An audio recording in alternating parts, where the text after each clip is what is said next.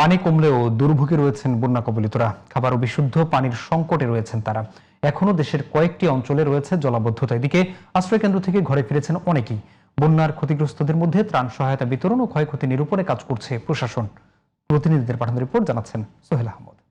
কেসারেন শেকড় থেকে শিখরে। কয়েকদিন ধরে চলা ভারী বর্ষণ থেমে যাওয়ার পর থেকেই ৩ পার্বত্য জেলাসহ চট্টগ্রাম ও কক্সবাজারের দুর্গত এলাকা থেকে নামতে শুরু করেছে বন্যার পানি।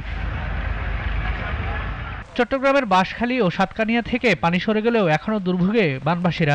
বন্যার পানিতে ক্ষতিগ্রস্ত হয় চলাচলের অনুপযোগী বেশিরভাগ গ্রামীণ সড়ক। রাঙামাটির বাঘাইছড়ি, বরকল ও বিলাইছড়ি উপজেলার দুর্গম ফারুয়া ইউনিয়নের বন্যা পরিস্থিতির উন্নতি হতে শুরু করেছে। বন্যার পানি নেমে গেলেও খাদ্য, বিশুদ্ধ খাবার পানি এবং প্রয়োজনীয় ওষুধের সংকট দেখা দিয়েছে। ঘরবাড়ি ক্ষতিগ্রস্ত হয় মানবতর জীবনযাপন করছেন অনেকে। টানা বর্ষণ ও পাহাড়ি ঢল কমে আসায় খাগড়াছড়িতেও বন্যার পানি কমতে শুরু করেছে। তবে অনেক জায়গা এখনো প্লাবিত থাকায় দুর্ভোগ কাটেনি বন্যা কবলিতদের।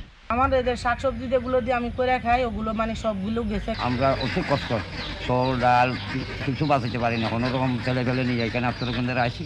টানা বৃষ্টিতে সিরাজগঞ্জ পৌরসভার বিভিন্ন ওয়ার্ডে সৃষ্ট জলাবদ্ধতার প্রভাব পড়েছে জনজীবনে। বসতবাড়িতে পানি ঢুকে পড়ায় চরম দুর্ভোগে শহরবাসী।